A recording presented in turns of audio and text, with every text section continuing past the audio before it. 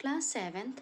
आज मैं आपको आपकी हिंदी की प्रथम पाठ्य पुस्तक से पाठ 8 साम एक किसान पढ़ाने व समझाने जा रही हूँ।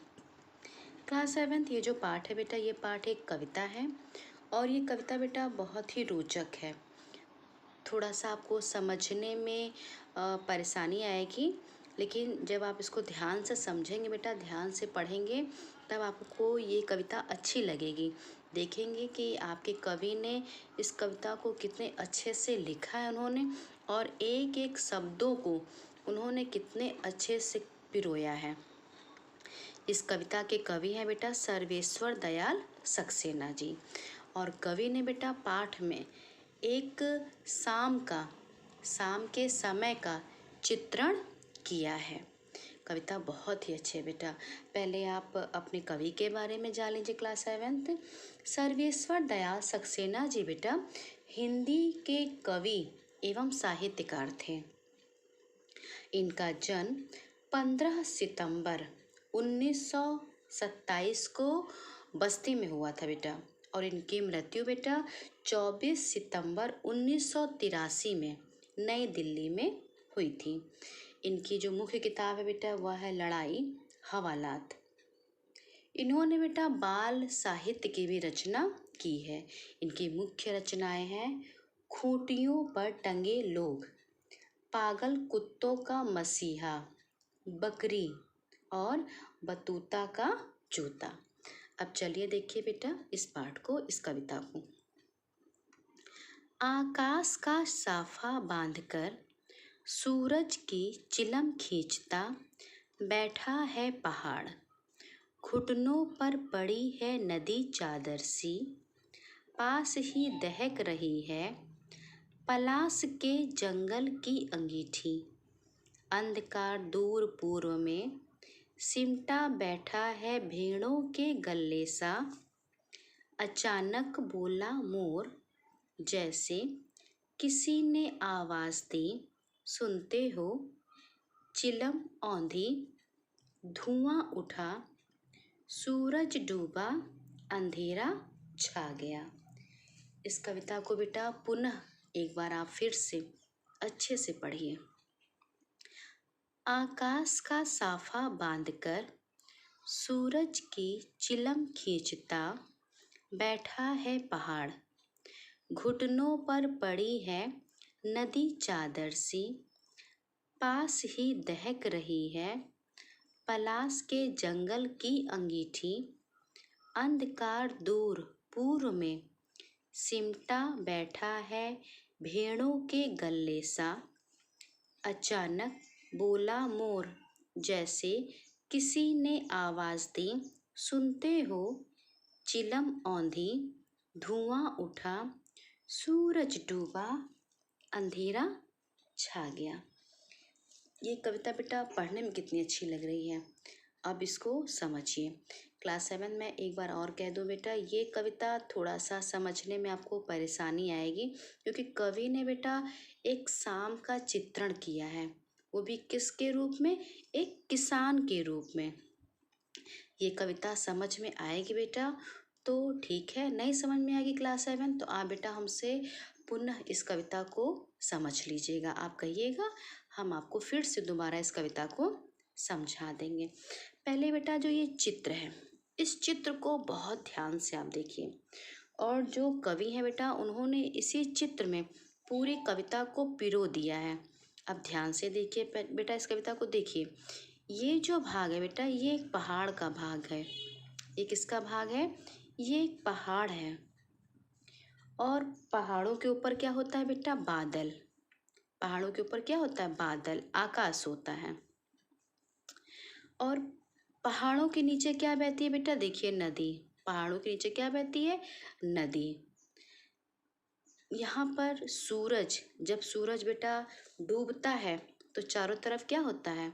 चारों तरफ पहले तो देखिए लालिमा सा छा जाता है। जब सूरज डूबता है उस समय को बेटा आपने देखा होगा आकाश में, कि सूरज के डूबते समय आकाश में लालिमा सी छाई रहती, और धीरे धीरे जब सूरज पूरा डूब जाता है तो अंधकार फैलने लगता है। तो इस चित्र को देखिए बेटा, पहाड़ है, पहाड़ के ऊपर आकाश है, पहाड़ के नीचे नदी बह रही, और हमारे कवि ने इसी का चित्रण कविता के रूप में कर दिया है। यानी कि हमारे कवि ने शाम के समय का चित्रण एक किसान के रूप में कर दिया है। अब चलिए बेटा कविता को समझिए। बेटा जाड़े की एक शाम है, जाड़े की शाम है, और कवि ने प्राकृतिक दृश्य का एक किसान के रूप में चित्रण किया है। और चित्रण करते हुए कहते हैं, आकाश का साफा बांधकर, साफा माने होता है बेटा पगड़ी, आकाश की पगड़ी बांधकर सूरज की चिलम खींचता बैठा है पहाड़। कवि ने कहा कि एक पहाड़ है जो कि बैठा है, और वह जब बैठा है तो ऐसा प्रतीत हो रहा है कि जैसे कोई एक क्या है, कोई एक किसान बैठा है, और किसान ने अपने जो है सर पर पगड़ी बांध रखी है। मतलब एक पहाड़ है, पहाड़ के ऊपर जो है आकाश है।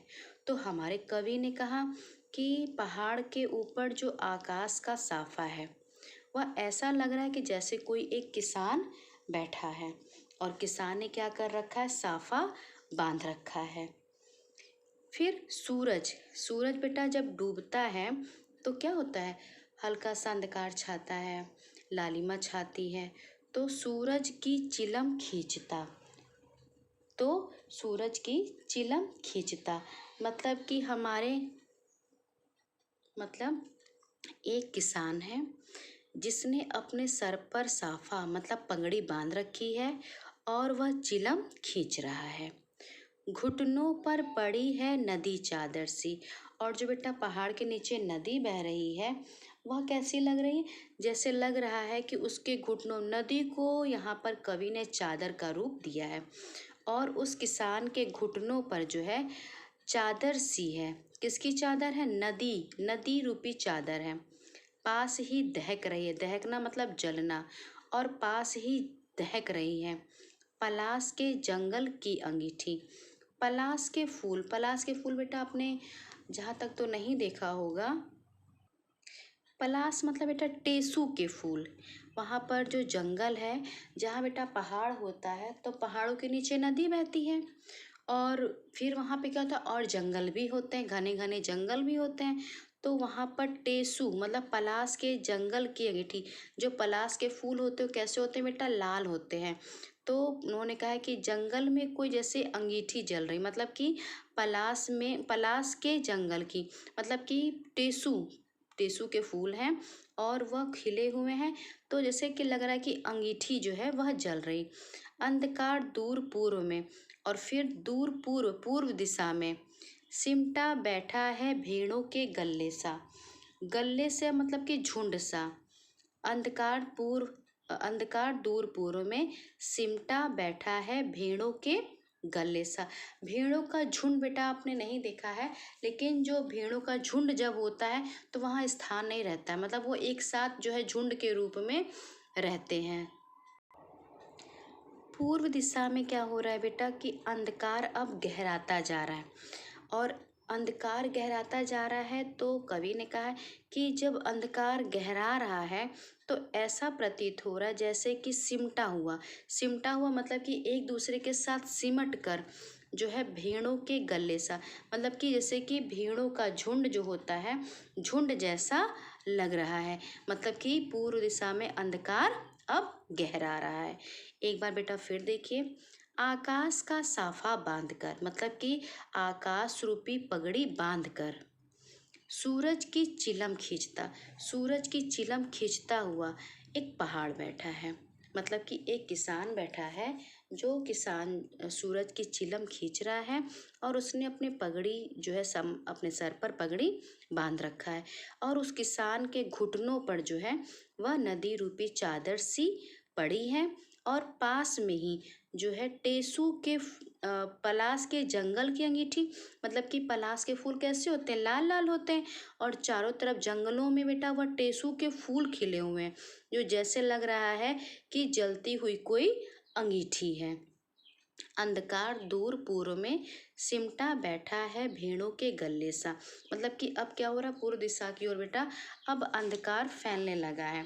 पूर्व दिशा की ओर अंधकार फैलने लगा है। जैसे लग रहा है, अंधकार को देखते हुए ऐसा लग रहा है कि जैसे भेड़ों का झुंड जो है वह सिमट कर बैठ गया है। पलाश के जंगल की अंगीठी। मतलब बेटा पलाश के पेड़ों पर जो है, जो फूल खिले हैं वो कैसे हैं, वो लाल लाल जलती हुई अंगीठी के समान प्रतीत हो रहे हैं। मतलब कि शाम, जाड़े की शाम का वर्णन है बेटा प्राकृतिक दृश्य का, जिसमें एक किसान है जो ऐसा लग रहा है कि जैसे आकाश का उसने आकाश रूपी पगड़ी बांध रखा है, अपने घुटनों पर उसने नदी रूपी चादर डाल रखी है, और वहीं पास में जो है जंगल में अंगीठी जो है वह जल रही है, और दूर पूर्व में जो है भेड़ों का झुंड अब सिमट रहा है। मतलब कि अब इसको दूसरे रूप में देखिए बेटा, दूसरे रूप में क्या होगा कि बेटा जाड़े में आपने देखा होगा शाम जल्दी ढलती है, पहाड़ है और पहाड़ ने आकाश रूपी साफा बांध रखा है, और सूरज जो है वो अब डूबने को तैयार है। मतलब कि चारों तरफ चिलम में जैसे धुआं उठता है और उसमें चिंगारी निकलती है, लालिमा रहती है, तो पहाड़ है जिसने आकाश रूपी साफा बांध रखा है और सूरज की चिलम खींच रहा है, और उस पहाड़ के घुटनों पर नदी की चादर जो है वो फैली हुई है, और वहीं पहाड़ के नीचे जो है वह पहाड़ के नीचे जंगल में अब अंगीठी भी दहक रही है, और पूर्व दिशा में अब अंधकार गहराने लगा है। सिमटा बैठा है भेड़ों के गले सा। जैसे भेड़ों का झुंड होता है और पूरा गहरा जाता है, उसी प्रकार से अंधकार लग रहा है। मतलब ये आपको समझ में आ गया होगा क्लास 7th कि मतलब एक किसान है जिसने आकाश रूपी साफा बांध रखा है, उसने अपने घुटनों पे नदी रूपी चादर डाल रखी है, और वहीं पास में जो है जंगलों में अंगीठी दहक रही है, और दूर पूर्व में अब अंधकार गहराने लगा है, किसके समान, भेड़ों के गले के जैसा। अब यहाँ देखिए बेटा चादर सी दिया है, यहाँ गले सा दिया है। ये सा सी से जब आता है बेटा तब समानता दिखाई जाती है। चादर सी मतलब चादर के समान, गले सा मतलब झुंड के समान। मतलब जो बेटा नदी बह रही है तो कवि ने चादर कहा है, जो पलाश अंगीठी दहक रही है तो वो पलाश की फूल हैं, और जो अंधकार गहरा रहा है वो भेड़ों का बेटा झुंड है। अचानक बोला मोर। अचानक बोला मोर जैसे किसी ने आवाज दी। सुनते हो, अचानक बेटा क्या होने लगा, अब यहाँ पर दूसरा दृश्य आ गया है। दूसरा दृश्य मतलब यहाँ पर बेटा अंधकार होने लगा। मतलब अब क्या है, अब चारों तरफ शांति से छा गई, क्योंकि सूरज जो है वो पूरी तरह से अब जो है अस्त होने जा रहा है। अस्त होने जा रहा है कह लीजिए, या अस्त हो चुका है, क्योंकि अंधकार होने लगा है। तो सूरज चिलम पर रखी सुलगती आग जैसा प्रतीत हो रहा है, और चारों तरफ बेटा वहां पर चारों तरफ क्या हो गया, शांति का वातावरण हो गया। मतलब सूरज जब डूब चुका है, चारों तरफ शांति का वातावरण अब हो चुका है। फिर अचानक दूसरी घटना हुई। जैसे यहाँ पर एक घटना क्या हुई कि सूरज अंधकार छा रहा है, अब चारों तरफ भेड़ों के गले, भेड़ों के झुंडों के समान अंधकार अब आने लगा है, अंधकार गहरा रहा है। यहाँ दूसरी घटना, तब तक क्या हुआ, अचानक मोर बोला। जैसे अचानक होने वाली घटना का वर्णन किया कवि ने। अचानक मोर बोल उठा। मोर ने क्या कहा, चारों तरफ शांति छा गई, तो शांति छाते अचानक मोर बोल उठा। मोर ने कहा, जैसे किसी ने आवाज़ दी। जब मोर बोला तो जैसे लगा कि जैसे किसी ने आवाज़ दी। क्या आवाज़ दी कि सुनते हो, जैसे किसी ने आवाज़ दी कि सुनते हो, सुन रहे हो। इसके बाद बेटा जो वहाँ का जो प्राकृतिक दृश्य था उसमें अचानक बदलाव आया। बदलाव क्या आया कि चिलम औंधी। औंधी माने होता है बेटा उलट जाना। जो सूरज की लालिमा थी ना बेटा, जब सूरज की जो लालिमा थी, सूरज डूब रहा था, अब सूरज पूरा डूब गया। मतलब चिलम क्या हो गई, उल्टी हो गई। चिलम जो है वह उल्टी हो गई। जैसे किसी ने आवाज़ दी अचानक, कि जैसे लगा कि किसी ने आवाज़ दी, मोर बोला, तो जैसे लगा कि किसी ने आवाज़ दी कि सुनते हो। और इतना ही होते हुए क्या हुआ बेटा, एकदम एक बदलाव सा आ गया, चिलम उलट गई, मतलब सूरज पूरी तरह से अब डूब गया। धुआं उठा और धुआं उठने लगा। जो सूरज अभी तक डूबने को तैयार था, अब वह पूरी तरह से डूब गया, सूरज डूब गया। और चारों तरफ क्या होने लगा, चारों तरफ अब पूर्ण रूप से अंधेरा आ गया। अंधकार, अंधेरा, अंधकार अब जो है क्या होने लगा, अब गहराने लगा और अब रात होने वाली थी। मतलब कि अब जो है रात का अंधेरा गहराता जा रहा था। तो क्लास 7th, ये बेटा आपको कविता समझ में आ गई होगी। ये कविता बेटा आपको अच्छे से समझ में आ गई होगी। नहीं समझ में आई होगी बेटा तो आप फिर से कहिएगा, हम आपको फिर से समझा देंगे। इसमें बेटा कविता में जाड़े की शाम का प्राकृतिक दृश्य का जो है हमारे कवि ने चित्रण किया है। उन्होंने एक शाम का चित्रण एक किसान के रूप में किया है।